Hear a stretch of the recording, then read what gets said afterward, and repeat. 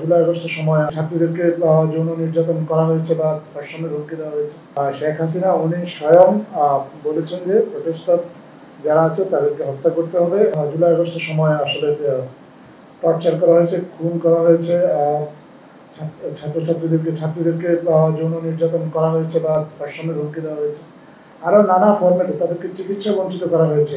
যারা আহত হয়েছেন তাদেরকে হাসপাতালে নিয়ে যাওয়ার পর তাদের চিকিৎসা নিতে তাদেরকে বাধা দেওয়া হয়েছে। এবং এই যে অপকর্মগুলো এখানে আসলে দল হিসাবে কার কি ভূমিকা ছিল, ব্যক্তি হিসাবে কার কি ভূমিকা ছিল, এই বিষয়গুলো এই রিপোর্টে বিশদভাবে এসেছে। আমরা আশা করি আপনারা সেখানে এগুলো দেখতে পাবেন। এই রিপোর্টে প্রায় 1400 মৃত্যুর কথা বলা হয়েছে। তা এই জুলাই আগস্ট প্রোটেস্টে আরো কয়েক হাজার হাজার আহতের কথা বলা হয়েছে। এগুলো সম্পূর্ণভাবে ইউএন তাদের নিজস্ব তাদের নিজস্ব মেকানিজমের মাধ্যমে তদন্ত করে তারা কিন্তু এটা এই তথ্যগুলো পেয়েছে। এখানে বাংলাদেশ সরকারের কাছ থেকে তারা যে তথ্যগুলো চেয়েছিল তারা বাংলাদেশ সরকার তাদেরকে তথ্য দিয়ে সহযোগিতা করেছে। এবং তথ্য দিয়ে সরকার যে তাদেরকে সহযোগিতা করেছে এই বিষয়টাও কিন্তু রিপোর্টে উল্লেখ করা আছে।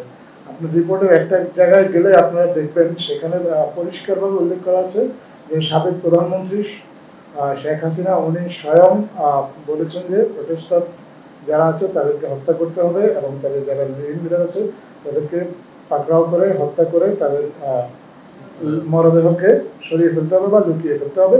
এটা রিপোর্টের সাক্ষীর ভিত্তিতে রিপোর্টে উল্লেখ করা হয়েছে। এছাড়া একটা কোর কমিটির কথা বলা হয়েছে যেটা নেতৃত্বে ছিলেন সাবেক স্বরাষ্ট্রমন্ত্রী আসাদুজ্জামান কামাল।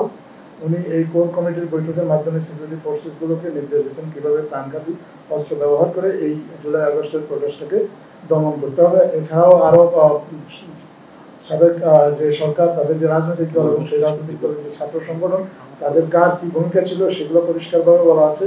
সিকিউরিটি ফোর্সেস থেকে এবং ঢাকার যে সংসদ সদস্য বিভিন্ন এলাকার মানুষকে কীভাবে অস্ত্র সরবরাহ করা হয়েছে এই প্রোটেস্টটা দমন করার জন্য তার একটা বর্ণনা দেওয়া আছে।